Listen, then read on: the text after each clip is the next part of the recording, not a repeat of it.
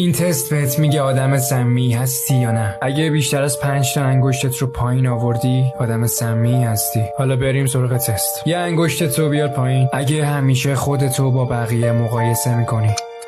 یه انگشتت رو بیار پایین اگه از یه نفر چندین بار جدا شدی و دوباره آشتی کردی. یه انگشتت رو بیار پایین اگه حتی یک بار بدون دلیل منطقی از 5 نفر اول لیست شیرت عصبانی شدی. یه انگشتت رو بیار پایین اگه به موفقیت‌های دوستات حسودی میکنی. یه انگشتت رو بیار پایین اگه نمیتونی هیچ انتقادی رو تحمل کنی. یه انگشتت رو بیار پایین اگه همیشه توقع داری که بقیه بهت توجه کنن. یه انگشتت رو بیار پایین اگه هیچ وقت قبول نکردی که داری اشتباه میکنی.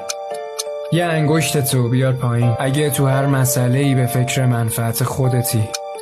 یه انگشتت رو بیار پایین اگه به خط قرمزای بقیه احترام نمیذاری. یه انگشتت رو بیار پایین اگه بیشتر از یه بار پشت کسی حرف زدی. خب حالا بگو که چند تا انگشتت رو پایین آوردی و جواب تستت مثبته یا منفی؟